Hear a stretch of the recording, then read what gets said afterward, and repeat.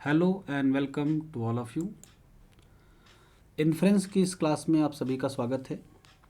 पिछली क्लास में हमने पढ़ा कि लाइक्लीहुड फंक्शन क्या होता है और लाइक्लीहुड फंक्शन की मदद से कैसे हम एस्टीमेटर की एक और प्रॉपर्टी को निकालते हैं जिसका नाम है sufficiency. Sufficiency is the last property of an estimator but not the least. ये हम सबसे लास्ट में तो पढ़ रहे हैं लेकिन ये किसी से कम नहीं है। If an estimator is sufficient, then estimator will be efficient and consistent also. We cannot say anything about unbiasedness of this estimator when it is sufficient. In last class, we have discussed about the topic sufficiency. Any one of you can explain what is sufficiency? Definition of sufficiency. उन्नति बेटा, याद किया आपने sufficiency की definition को? आपको याद करना है, ठीक है। चलो एक बार हम थोड़ा सा रिवीजन करवा देते हैं।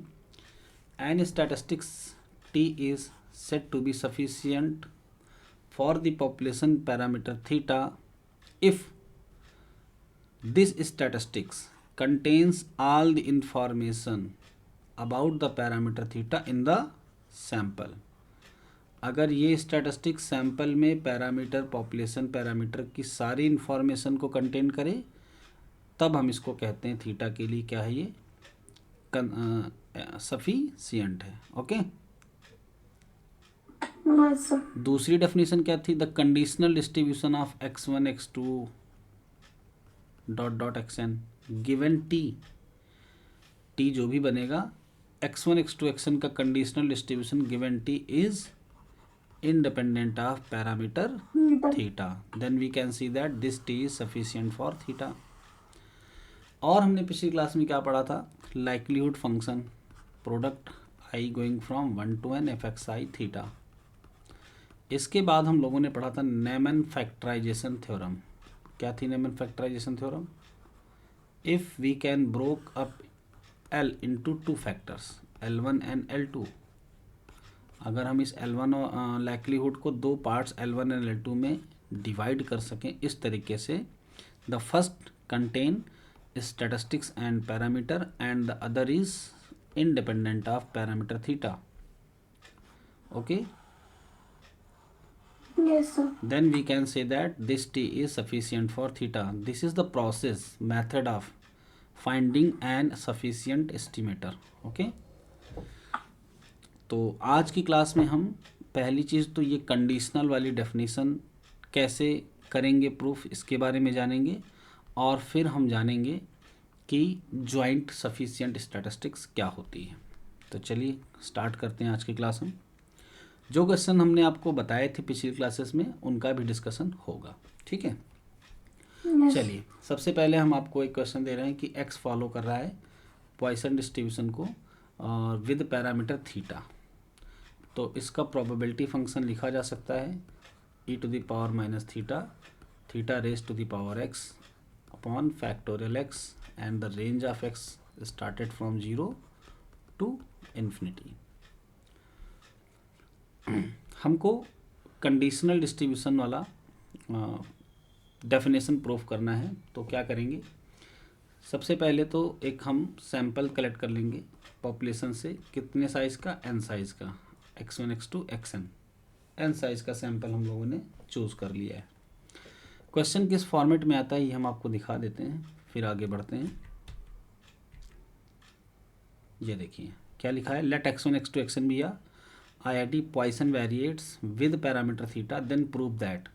तो t x1 प्लस 3x2 दिया हुआ है is not sufficient for theta proof करना है, और t x1 प्लस x2 ये प्रूफ करना है कि थीटा के लिए सफिशिएंट होगा। तो जो t की वैल्यू है वो दो वैल्यू से मिलकर बनी है, यानी सैंपल का साइज यहाँ पर कितना रखा गया है? 2। Okay, is that clear? Sample size कितना लिया गया है यहाँ पर? 2। तो x1 x2 अगर पॉइसन को फॉलो करते हैं तो इनकी वैल्यूज़ क्या हो सकती हैं? यही तो हो सकती हैं। इनका क्या नाम है, कौन बताएगा? इनको हम क्या कह सकते हैं? Non negative integer. पॉजिटिव हम इसलिए नहीं कह रहे हैं क्योंकि जीरो भी है, जीरो न्यूट्रल होता है, ना पॉजिटिव में होता ना निगेटिव में। नॉन निगेटिव मतलब निगेटिव हटाने के बाद जो बचे वो सब हो गए नॉन निगेटिव इंटीजर्स। अगर नॉन निगेटिव इंटीजर्स की दो वैल्यूज़ हम चूज़ करें, मान लो यहाँ से हमने एक वैल्यू x1 चूज़ कर ली और एक x2, तो इनको मिलाकर हमको जो मिलेगा वो क्या मिलेगा? ऑलवेज एन इंटीजर, ऑलवेज, है ना। हमारा जो पहला वाला t दिया है वो क्या दिया है? x1 + 3x2। अगर हम t की कोई भी वैल्यू लें तो वो हमें क्या लेनी पड़ेगी? हमेशा एक इंटीजर वैल्यू लेनी पड़ेगी। ओके, तो चलिए t की वैल्यू हम सपोज कर लेंगे, कुछ भी छोटी वैल्यू सपोज करेंगे ताकि पॉसिबिलिटीज़ ज़्यादा ना बने। अगर हम t की वैल्यू को सपोज कर लेते हैं 4, तो 4 t की वैल्यूज़ कब कब बनेंगी? ऐसी कौन सी वैल्यूज़ हैं जब t की वैल्यू 4 हो जाएगी? तो x1 की वैल्यू को अगर हम 4 कर लें और x2 की वैल्यू को 0 कर लें, क्योंकि हमको इंटीजर्स नॉन निगेटिव इंटीजर से ही चूज़ करने हैं, तो t 4 हो जाएगा। अगर x1 की वैल्यू को 1 कर लें और x2 की वैल्यू को कितना कर दें? 1, तो भी तो t 4 हो जाएगा, है ना। yes, इसके अलावा कोई और पॉसिबिलिटी दिख रही है कि x1 x2 की कोई भी वैल्यू पे t 4 हो जाए?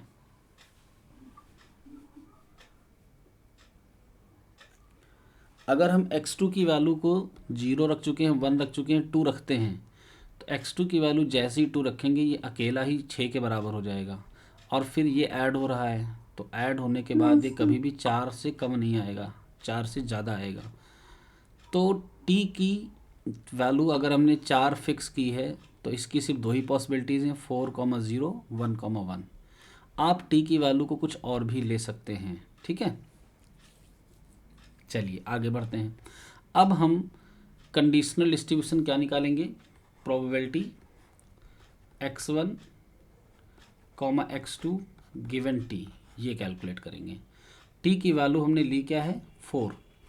तो अगर इस कंडीशनल डिस्ट्रीब्यूशन को ओपन करें तो इसको ओपन करने के लिए डिवाइड में प्रोबेबिलिटी t = 4 आएगा। तो क्यों ना हम पहले प्रोबेबिलिटी t = 4 कैलकुलेट कर लेते हैं, है ना, क्योंकि ये हमें डिवाइड में रखना है according to the definition of conditional distribution. सब लोग समझ गए ना? कंडीशनल डिस्ट्रीब्यूशन की डेफिनेशन आएगी तो क्या होगा यहाँ पर? Probability x1, x2 divided by, intersection भी लगेगा, t = 4, यानी a intersection b divided by probability of b। Okay, yes, तो हम प्रोबेबिलिटी t = 4 कैलकुलेट करने जा रहे हैं। तो t की वैल्यू 4 होने की क्या क्या कंडीशन है? जब x1 की वैल्यू 4 हो जाए और x2 की वैल्यू 0 हो जाए। अच्छा, जब दो कंडीशंस बनती हैं और 4 होने के लिए हमको एक ही चाहिए, तो हम इन दो कंडीशंस के बीच में क्या लगाएंगे? यूनियन।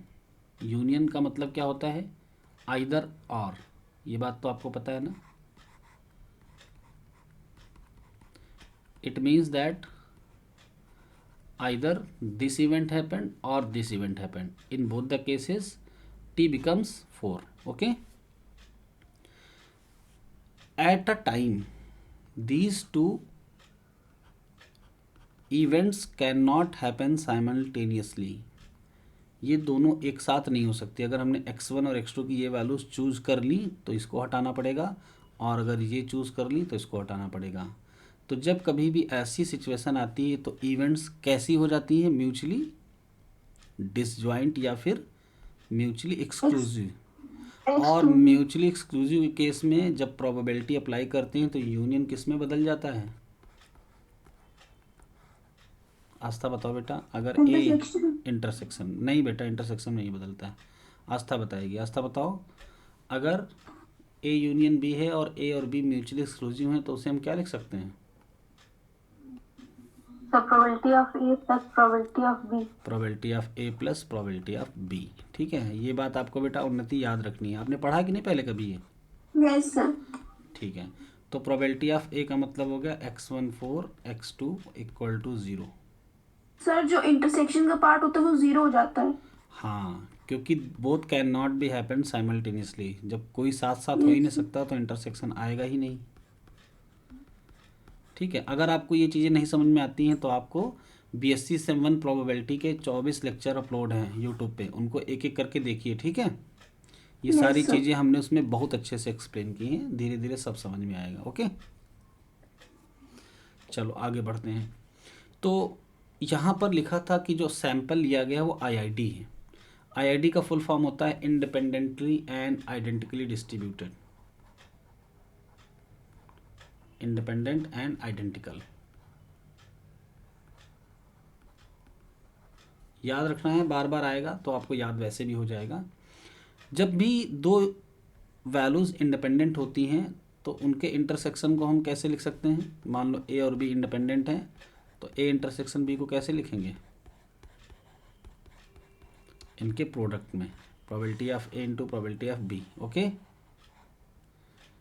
ये Yes, sir. इंडिपेंडेंट इवेंट के केस में होता है। इंडिपेंडेंट इवेंट को कभी कभी इंटरसेक्शन ना लिख के डायरेक्ट ऐसे लिख देते हैं, कभी कभी इनके बीच में कॉमा भी यूज कर लेते हैं। यहाँ पर x1 और x2 आपस में इंडिपेंडेंट हैं और इंटरसेक्शन लगा है, यहाँ पर कॉमा का मतलब इंटरसेक्शन से है, तो यहाँ पर क्या आएगा?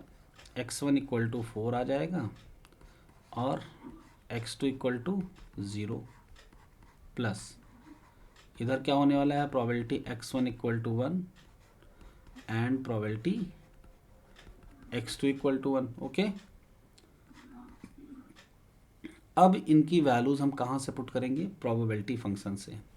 तो प्रोबेबिलिटी फंक्शन क्या था? e to the power minus theta theta to the power x upon factorial of x। तो x1 इक्वल टू 4 का प्रोबेबिलिटी फंक्शन कैसे आएगा? e to the power minus theta theta to the power 4 upon factorial 4। 0 का क्या आएगा? e to the power minus theta theta to the power 0 upon factorial 0। दोनों की values 1 हो जाएंगी। ठीक है, यहाँ पर अगर हम लिख भी देते हैं theta to the power 0 upon factorial 0, दोनों 1 हो जाएंगे। 1 पे आते हैं, 1 पे क्या होगा? e to the power minus theta theta to the power 1 upon factorial 1।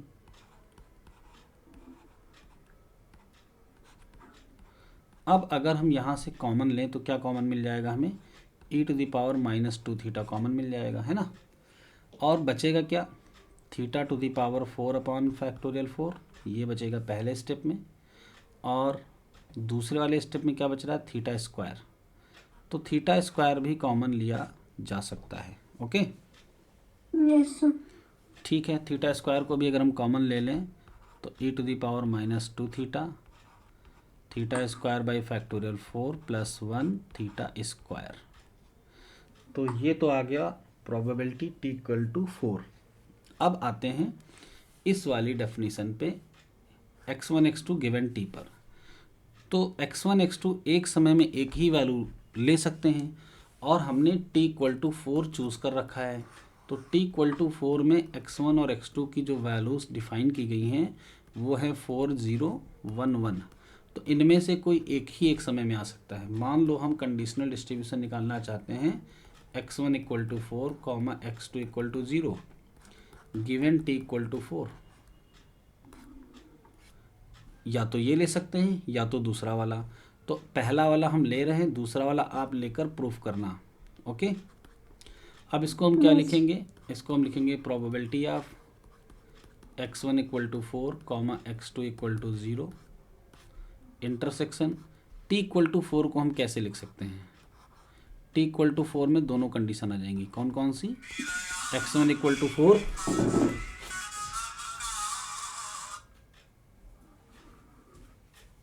x1 equal to 4 x2 equal to 0, इस पे भी हो जाएगा। और या फिर x1 equal to 1 x2 equal to 1, इस पे भी t4 हो जाएगा। तो t इक्वल टू 4 में दोनों कंडीशन रहेंगी। अब जब हम इसका और इसका इंटरसेक्शन लेंगे तो हमें क्या मिलेगा? जो कॉमन होगा, कॉमन क्या है?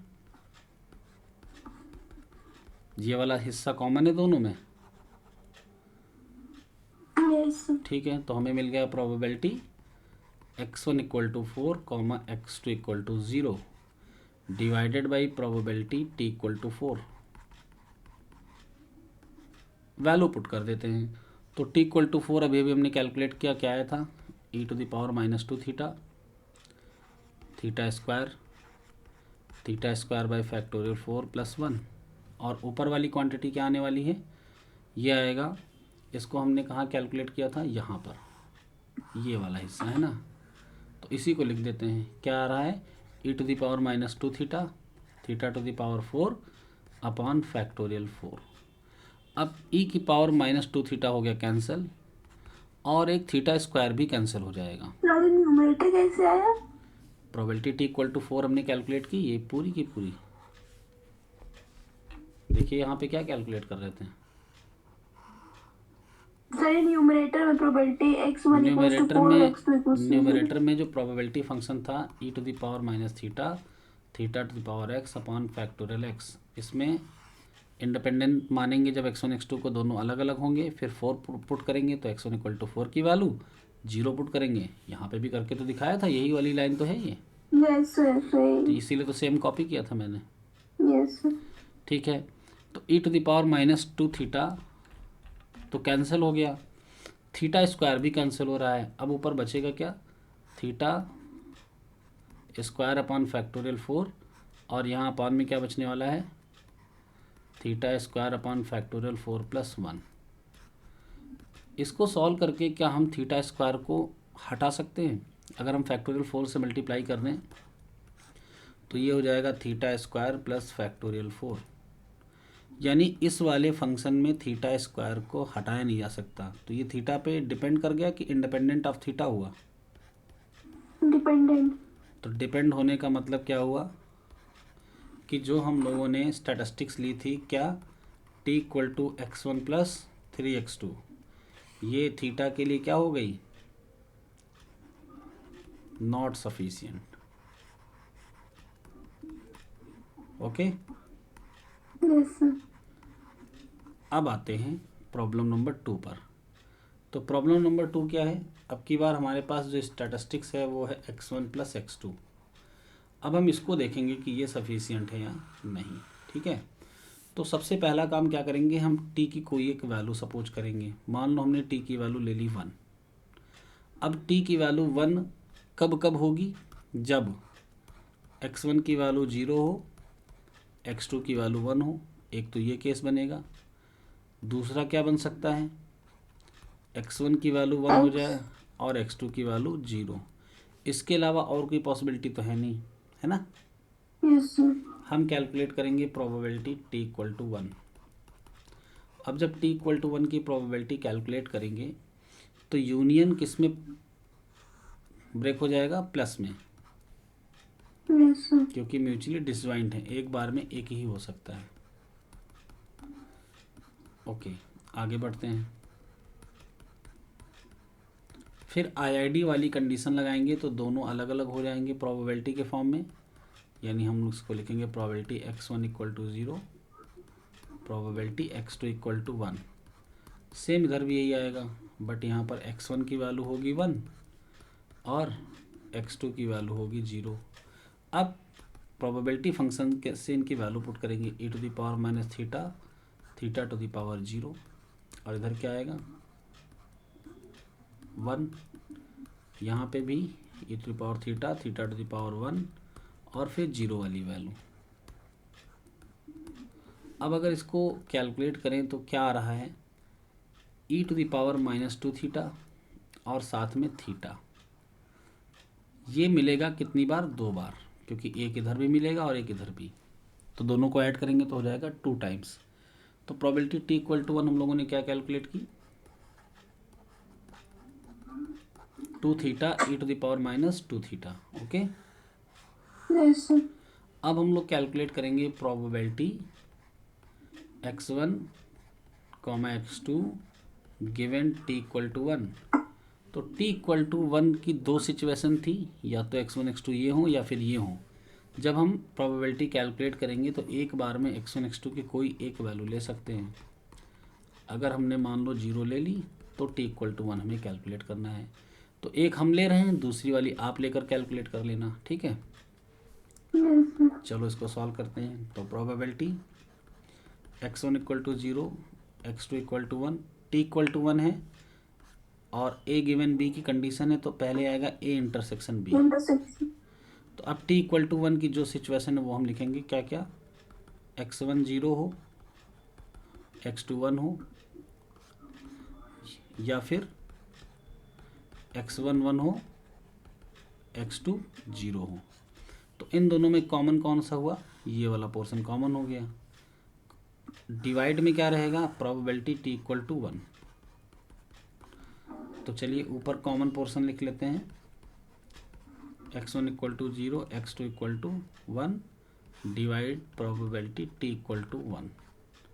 अब वैल्यू पुट कर देते हैं। तो x1 इक्वल टू 0 इंडिपेंडेंट है इसलिए अलग हो जाएगा, और x2 इक्वल टू 1 अलग हो जाएगा, और यहाँ आएगा प्रोबेबिलिटी t इक्वल टू 4।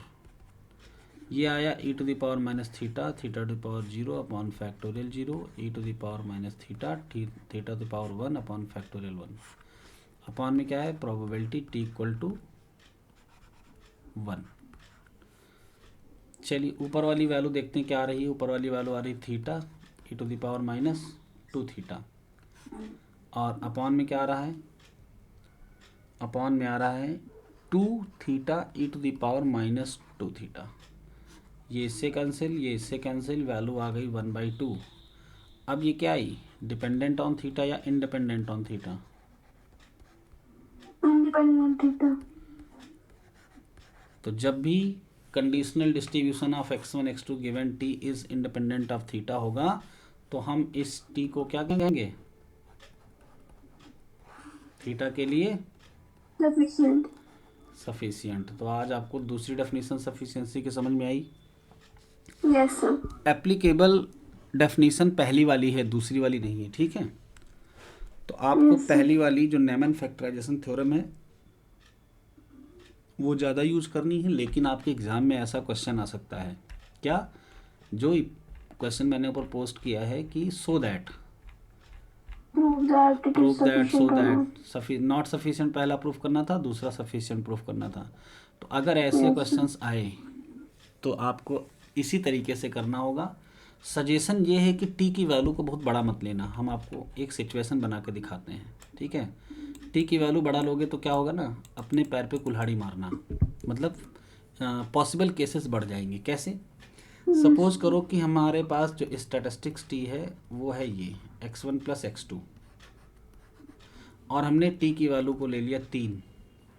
अब देखना 3 कब कब बनेगा, जब x1 x2 की वैल्यू यूँ हो तब 3 बनेगा, ये हो तब 3 बनेगा, 1 and 2. ये हो तब 3 2 and बनेगा। 1.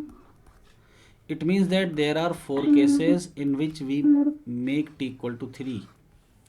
तो 4 वैल्यूज को कैलकुलेट करना पड़ेगा, फिर 4 की आपको वो लिखनी पड़ेगी प्रोबेबिलिटी, फिर उनकी वैल्यू, फिर उसको ऐड करो, फिर डिवीजन में इनको ऐड करो, फिर ऊपर कोई एक वैल्यू लेना है। तो इस तरीके से आपकी प्रॉब्लम थोड़ा सा कॉम्प्लिकेटेड हो जाएगी। आंसर इससे भी आएगा, ऐसा नहीं कि आंसर नहीं आएगा। मान लो ऊपर हमने x1 x2 की ये वैल्यू ले ली तो क्या होगा, e to the power minus theta, theta to the power 3 upon factorial 3। Upon में हमको सारी लेनी है तो क्या लिखेंगे, theta to the power 3 upon factorial 3। इसमें एक जीरो भी है तो जीरो वाला भी तो लिखो, e to the power minus theta, theta to the power 0 upon factorial 0। 0 factorial. यहाँ भी वही आएगा क्योंकि पहली वैल्यू तो ऊपर और नीचे सेम ही रहेगी। Yes, अब sir. नीचे सारी वैल्यूज लिखनी है, तो अगली वैल्यू है 1 वाली, e to the power minus theta, theta to the power 1 upon factorial 1 into, factorial. हाँ इंटू 2 भी है तो थीटा स्क्वायर अपॉन फैक्टोरियल 2। 2 1 वाला यही सेम हो जाएगा, ये 1 2 का भी और 2 1 का भी है तो इसके आगे 2 टाइम्स लगा दो। 3 0 वाला 0 3 से सेम हो जाएगा, इसके आगे 2 टाइम्स लगा दो। अब इस इक्वेशन को सॉल्व करके देखो क्या इंडिपेंडेंट ऑफ पैरामीटर थीटा आ रहा है। तो सबसे पहले हम ऊपर देखते हैं कि e की पावर में क्या आ रहा है, -2 थीटा आ गया, और थीटा की टोटल पावर आई है 3, साथ में कांस्टेंट है ये क्या नीचे भी ऐसा हो रहा है, हमको देखना पड़ेगा, है ना। तो आप अगर पहले वाले ब्रैकेट के देखो तो ई की पावर माइनस थीटा है, तो -2 थीटा बाहर आ गया, और इसमें थीटा क्यूब भी है। क्या दूसरे वाले में भी ऐसा है, ई की पावर -2 थीटा है और थीटा क्यूब भी है। तो जब कॉमन हो जाएगा तो बचेगा क्या, यहाँ पर बचेगा 2/3 और इधर क्या बचेगा 1/2। 1 नहीं 2 होगा, ये 2 भी तो रहेगा, है ना। अब फिर से ये कैंसिल हो गया और पूरा फंक्शन क्या हो गया, independent of parameter theta. Parameter theta. तो एग्ज़ाम में सवाल करते समय आप टी की बहुत बड़ी वैल्यू मत ले लेना, नहीं तो कैलकुलेशन में दिक्कत आएगी। और देख आपने इस पे भी लिया कि सफिशियंट है, तो टी की कोई भी वैल्यू जो कि इंटीजर से सेटिस्फाई हो, मींस x1 x2 इंटीजर बने रहेंगे, तब जो वैल्यू चूज़ की जाए। टी की वैल्यू 3/4 मत ले लेना, क्यों, क्योंकि पॉसिबल ही नहीं है इन पॉइसन डिस्ट्रीब्यूशन, ओके। और इस डेफिनेशन के जो केसेस बनते हैं इनफाइनाइट केसेस बनते हैं, इसीलिए ये कम पूछा जाता है। नेमन फैक्टराइजेशन थ्योरम यूनिक है तो इसलिए वो ज़्यादा पूछा जाता है, ओके। अब हम आते हैं जॉइंटली सफिशिएंट स्टैटिस्टिक्स पे। तो आज जो कॉन्सेप्ट हम बताने जा रहे हैं जॉइंट सफिशिएंट स्टैटिस्टिक्स का, एक्चुअली में वो जुड़ा हुआ है मैक्सिमम लाइक्लीहुड एस्टिमेटर से। तो जो चीज़ें हम आज बताएंगे आगे चलकर वही आपको दिखाएंगे भी कि जो हमने आज कहा है वही हो रहा है। क्या है जॉइंट सफिशिएंट का कॉन्सेप्ट, समझते हैं। मान लो हमारे पास x एक रैंडम वेरिएबल है जो कि किसी प्रोबेबिलिटी फंक्शन को फॉलो कर रहा है, जिसमें x vector means x1 x2 xn sample है, और इसके पैरामीटर हैं θ1 θ2 डॉट डॉट थीटा के। कितने पैरामीटर हैं, थीटा के। जब हम अब की बार लाइक्लीहुड फंक्शन बनाएंगे L, तो हमको θ1 θ2 थीटा के लिए स्टैटिस्टिक्स इस तरीके से मिलेंगी, t1 t2 dot dot T के, हर एक के लिए एक अलग स्टैटिस्टिक्स। तो हम जब इनकी सफिशिएंट स्टैटिस्टिक्स निकालेंगे तो कहेंगे कि t1 t2 tk are jointly sufficient for θ2 θ1 θ2 dot dot theta के। ऐसा क्यों कह रहे हैं, सपोज करो कि θ1 का जो स्टैटिस्टिक्स या एस्टिमेटर आया वो t1 आ गया, लेकिन जो θ2 की वैल्यू आ रही थी वो t2 माइनस थीटा आ रही थी, t2 माइनस θ1 आ रही थी। अब θ2 को हम तभी एस्टिमेट कर सकते हैं जब हमको θ1 पता हो, और θ1 कितना आया है t1, यानी θ2 का एस्टिमेटर बन गया t2 माइनस t1, यानी बिना θ1 को जाने हम θ2 निकाल ही नहीं सकते, इसीलिए कहते हैं ज्वाइंटली सफिशिएंट, ओके। तो चलो ज्वाइंटली सफिशिएंट का हम आज क्वेश्चन नंबर 1 देखते हैं। क्या है, अगर एक रैंडम वेरिएबल x है जो कि फॉलो कर रहा है नॉर्मल डिस्ट्रीब्यूशन को with mean mu and variance sigma square, तो इसका प्रोबेबिलिटी फंक्शन क्या होगा, 1/σ√2 pi e to the power -1/2 x minus mu upon sigma whole of square, ठीक है। अब इस क्वेश्चन को करने के लिए हम क्या कह रहे हैं कि जो म्यू है और सिग्मा स्क्वायर है, ये दोनों के दोनों क्या हैं, अननोन है, बोथ अननोन। जब बोथ अननोन होते हैं तो स्टैटिस्टिक्स कैसे बनेगी इसके बारे में चर्चा करते हैं। कई तरीके होते हैं बनाने के, ठीक है। तो हम पहले एक तरीका आपको दिखाते हैं। सबसे पहला काम हम क्या करेंगे, लाइक्लीहुड फंक्शन लिखेंगे। लाइक्लीहुड फंक्शन कैसे लिखेंगे, लाइक्लीहुड फंक्शन लिखना आसान है।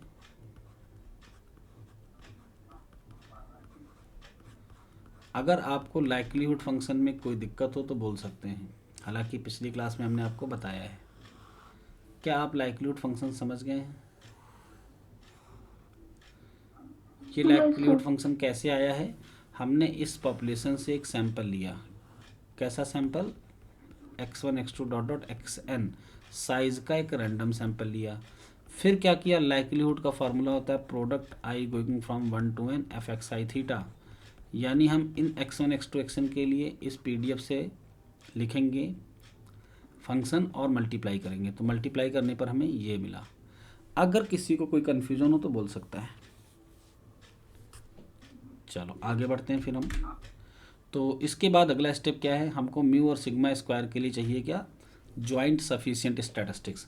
तो हम अपने लाइक्लीहुड फंक्शन को दो पार्ट L1 और L2 में इस तरीके से ब्रेक करेंगे कि L1 में पैरामीटर रहे और L2 में पैरामीटर ना रहे। तो आपको दिख रहा होगा कि अगर हम 1/√2 पाई पावर n को इधर लिख दें L2 में तो कोई दिक्कत नहीं है। अच्छा, 1/सिग्मा की पावर n, 1/सिग्मा की पावर n, सिग्मा यानी पैरामीटर है तो हम इसको L1 में रखेंगे। ई की पावर में -1/2 सिग्मा स्क्वायर है तो ये भी रहेगा कहाँ, L1 में। अगर हम इस समेसन को ओपन करते हैं होल स्क्वायर के साथ तो सबसे पहले मिलेगा a स्क्वायर और a स्क्वायर पे summation i going from 1 to n रहेगा। Okay, yes -2 times mu constant है, समेसन के बाहर कर लो, summation i going from 1 to n xi, यानी 2ab आएगा, 2 म्यू xi आता और समेसन गया तो xi पे लगेगा। ओके, यस सर इसके बाद आएगा plus mu square, mu square के साथ समेसन जाएगा तो n बन जाएगा। तो ये वाला पार्ट हमारा क्या बना, L1, और ये वाला पार्ट बना L2। तो हमने लाइक्लीहुड फंक्शन को दो पार्ट्स में ब्रेक कर लिया। अब जरा L1 में देखो क्या क्या आ रहा है। तो L1 में म्यू है, सिग्मा स्क्वायर है, सर ये आपने L2 को अलग पहले से अलग कैसे कर रखा था? पहले से नहीं किया बेटा, आपको दिख रहा है कि सिर्फ यही एक ऐसी वैल्यू बच रही है जिसमें ना तो म्यू है ना तो सिग्मा है, तो हमने इसको Yes, अलग कर sir. लिया यहाँ पे और बाकी वाला हिस्सा सारा एक साथ रखा है। ठीक है, यस सर L2 इस तरीके से ब्रेक करते हैं कि इसमें पैरामीटर ना आए। ओके, धीरे धीरे प्रैक्टिस से आपको ये सारी चीज़ें क्लियर हो जाएंगी। हाँ, L1 में क्या क्या कंटेन हुआ, आपको दिखा कि म्यू और सिग्मा स्क्वायर कंटेन हुआ। अब म्यू और Yes, सिग्मा sir. स्क्वायर के करस्पॉन्डिंग x1 x2 xn के कौन से फंक्शन आ रहे हैं, तो आपको एक फंक्शन ये दिखा x1 x2 xn का, इसको हम क्या लिख सकते हैं, समेशन xi और दूसरा भी तो एक फंक्शन दिखा, कौन सा, ये वाला summation xi square. Summation xi square. तो ये दोनों की दोनों स्टैटिस्टिक्स ज्वाइंटली सफिशिएंट है म्यू और सिग्मा स्क्वायर के लिए। हम ज्वाइंटली इसलिए कह रहे हैं क्योंकि अभी मुझे नहीं पता है कि कौन म्यू के लिए है और कौन सिग्मा स्क्वायर के लिए है। ये भी हो सकता है कि ये म्यू की बन जाए लेकिन जब सिग्मा स्क्वायर की बनाए तो दोनों से मिलकर बने। तो सीधे सीधे हम कह देते हैं कि ज्वाइंटली सफिशिएंट है इन पैरामीटर्स को निकालने के लिए। अब जब एस्टिमेशन प्रोसेस में आएंगे तो फिर हम आपको फिर से करके दिखाएंगे कि कैसे ये प्रूफ होती है ना। चलो थोड़ा सा इस समस्या को हम और आगे बढ़ाते हैं और दूसरा तरीका बताते हैं जो एग्ज़ाम में अक्सर पूछ लिया जाता है। मान लो आपसे कहा गया प्रूफ करो कि स्मॉल x बार और s स्क्वायर ज्वाइंटली सफिशिएंट है म्यू और सिग्मा स्क्वायर के लिए। अब क्या करोगे, कोई तरीका है आपके पास इसको प्रूफ करने का? तो हमने आपको पिछली क्लास में ये तो बताया ही था कि अगर कहीं समेसन xi आया है तो इसको हम n से डिवाइड करके क्या बना सकते हैं, यानी इसको हम nx बार लिख देंगे। nx बार से क्या हुआ कि x बार x1 x2 xn का फंक्शन है, वो भी सफिशिएंट होता है और ये भी सफिशिएंट होता है। ये बात हमने बताई है कि नहीं? यस सर ठीक है, तो अभी हमको ये दिखाना है कि x बार और s स्क्वायर म्यू और सिग्मा स्क्वायर के लिए ज्वाइंटली सफिशिएंट होते हैं। मान लो हमने ये क्वेश्चन दे दिया कि x फॉलो कर रहा है normal distribution with mean mu and variance sigma square, mu और सिग्मा स्क्वायर बोथ अननोन है,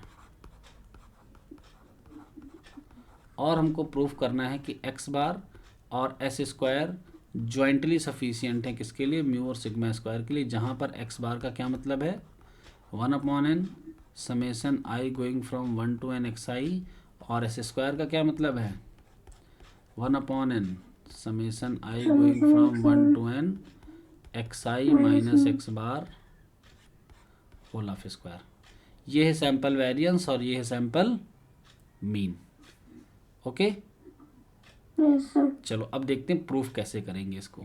ऊपर वाला हिस्सा अलग है, नीचे वाला अलग है, दोनों सही हैं और दोनों में से कुछ भी आपसे पूछा जा सकता है। सबसे पहला काम क्या करेंगे, लाइक्लीहुड लिखेंगे।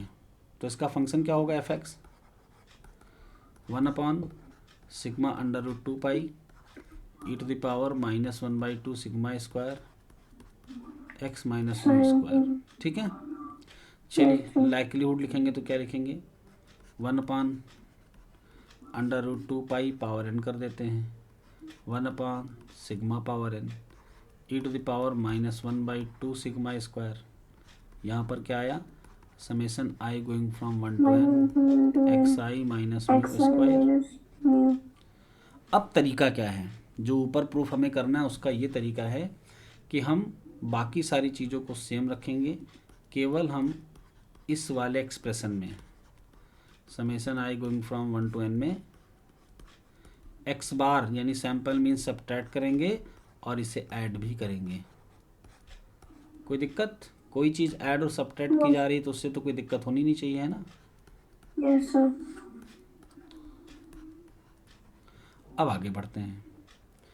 तो इसके बाद हम इस वाली क्वांटिटी को a मानेंगे और इस वाली क्वांटिटी को b, और a + b होल स्क्वायर का फॉर्मूला ओपन करेंगे। Okay yes sir. चलिए लिखते हैं a + b का होल स्क्वायर। तो e⁻⁻1/2 सिग्मा स्क्वायर, इसको ओपन करेंगे तो क्या आएगा, summation i going from 1 to n x i minus x bar square. पहला स्टेप हो गया। Yes sir. दूसरे स्टेप में क्या आएगा, -1/2 सिग्मा स्क्वायर, और इसके साथ क्या आएगा, इसका अगर होल स्क्वायर ओपन करें तो X bar minus mu, whole square, और इसमें एक बाहर समेसन आएगा। तो यहाँ पर एक्स बार सैम्पल मीन है, ऑलरेडी सम हो चुका है, म्यू कांस्टेंट है, तो इस समेसन को हम कैसे लिख सकते हैं, एन के फॉर्म में लिख सकते हैं। Yes sir. आते तीसरे पार्ट पर, एक्स बार और म्यू कांस्टेंट है। एक्स बार पे बेटा सम पहले ही हो चुका है, सारी वैल्यूज तो समेसन होके पहले ही ऐड हो चुकी हैं, तो सैंपल का मीन बन गया ना। Yes sir. एक काम करते हैं, हम अभी इनको अलग नहीं करते हैं, ठीक है, पहले पावर में इकट्ठे लिखते हैं, क्योंकि दो टर्म्स हो सकता हो एक साथ मिलकर कैंसिल हो। तो हम इतने को लिखते हैं एक साथ, -1/2 सिग्मा स्क्वायर बाहर। ओके हम यहाँ पर लिखते हैं summation i going from 1 to n x bar minus mu whole of square. इसके बाद आएगा +2ab, तो 2ab में 2 x bar minus mu summation i going from 1 to n x i minus x bar. क्या हुआ यहाँ पर, आपको समझ में आया। कांस्टेंट को बाहर रखा। हाँ कांस्टेंट को समेसन के बाहर रखा, क्योंकि इस कांस्टेंट से कोई फ़र्क नहीं पड़ता है, बाकी जो चल रहा था उसको एज इट इज़ रखते हैं, पावर n 1/सिग्मा पावर n। अब अगले स्टेप में एस स्क्वायर की जो डेफिनेशन होती है उससे हम पहले वाले को क्या बना लेंगे, e⁻⁻1/2 सिग्मा स्क्वायर, इसको हम लोग n(s²) लिख सकते हैं कि नहीं। अभी हमने एस स्क्वायर की डेफिनेशन बताई है ऊपर, ये देखिए यहाँ से n(s²) लिख देंगे। Okay yes sir. चलिए ठीक है, और इसको एज इट इज़ लिखा रहने दो, आई going from 1 to n। Constant अगर हम एक्स बार को माने तो इसको n में कन्वर्ट कर लेते हैं ना, समेसन n में कन्वर्ट कर देगा इसको, तो ये बन जाएगा n times x bar minus mu square, और ये वाला टर्म क्या हो जाएगा, जीरो। क्यों जीरो हो जाएगा, अगर समेसन को हम अंदर ले जाएंगे तो समेसन एक्स आई क्या बनेगा, एन एक्स बार बनेगा, और एक्स बार को समेसन करेंगे तो वो भी एन एक्स बार बनेगा, दोनों मिलकर क्या हो जाएंगे, जीरो हो जाएंगे। अब 1/σ⁴n को इसके साथ कर लेते हैं, और 1/√2 पाई होल पावर n अलग कर लेते हैं। ये पार्ट हो गया L1, ये पार्ट हो गया L2। तो L1 में देखिए क्या क्या आ रहा है, एक तो आपको एक्स बार दिख रहा है, यस सर, और s² दिख रहा है, जो कि x1 x2 xn के फंक्शन है। पैरामीटर में क्या क्या दिख रहा है, म्यू दिख रहा है और सिग्मा स्क्वायर। तो X bar and s² are also jointly sufficient for mu and sigma square. तो प्रॉब्लम आपको समझ में आई। Yes sir. अब इसके जो और केसेस हैं उन पे डिस्कशन करेंगे हम लोग। और केसेस में क्या हैं, और केसेस में सबसे पहला केस है कि जब सिग्मा स्क्वायर नोन हो और म्यू अननोन हो। इसमें क्या है, सिग्मा स्क्वायर है नोन और म्यू है। अननोन। तो अब कैसे प्रोसीड करेंगे, लाइक्लीहुड फंक्शन तक सेम। जब हमने लाइक्लीहुड फंक्शन निकाला तो क्या आया, 1/सिग्मा to the power n √2 pi e to the power -1/2 sigma square summation i going from 1 to n xi minus mu whole of square. ठीक है, ओके। Yes sir. तो अब की बार जब हम इसको प्रोसीड करेंगे तो सिग्मा स्क्वायर कैसे बिहेव करेगा, कांस्टेंट की तरह। तो इस पूरे के पूरे फंक्शन को चाहो तो कहाँ पे रख लो, L1 में, क्योंकि सिग्मा स्क्वायर क्या है, कांस्टेंट। नोन है, इसलिए Yes. कांस्टेंट की तरह है। तो केवल और केवल e की पावर में ये सारी चीज़ें बच रही हैं। तो यहाँ से अगर हम निकालना चाहें कि x बार के लिए कौन सफिशियंट है, तो हम यहाँ पर इसको ओपन करेंगे और ओपन करके हमको दिखेगा कि दो स्टैटिस्टिक्स आ रही हैं, समेसन एक्स आई एक आएगी और एक आएगी समेसन एक्स आई स्क्वायर। तो उन दोनों में से कोई एक म्यू के लिए सफिशियंट होगी। ओके, तो ये वाला जो पार्ट है नोट्स में है, इसको देखना है आपको और करना है। इसके बाद जो एक पार्ट और है जिसमें सिग्मा स्क्वायर अननोन होता है और म्यू नोन होता है, तो उस केस में कैसे सफिशिएंट स्टैटिस्टिक्स आती हैं।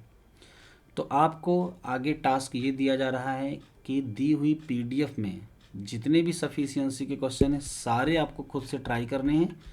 एक बार आप खुद से ट्राई करिए, ना होने के केस में आप इसको फिर से पूछेंगे हमसे, फिर हम आपको इसमें आगे बताते हैं। ठीक है, तो उम्मीद है कि आप अपना टास्क पूरा करने के साथ हमसे मिलेंगे और अगले टर्न पे हम आपको स्टार्ट करवाएंगे मैक्सिमम लाइक्लीहुड एस्टिमेटर। यानी अभी तक हम जो कुछ कर रहे थे वो सब थी एस्टिमेटर की प्रॉपर्टीज़, अब हम निकालेंगे एस्टिमेटर। तो क्या तरीका है कि अब तक हमने जिसकी प्रॉपर्टी पढ़ी उसको निकालें कैसे। ओके, आज की क्लास यहीं तक। थैंक यू, जय हिंद।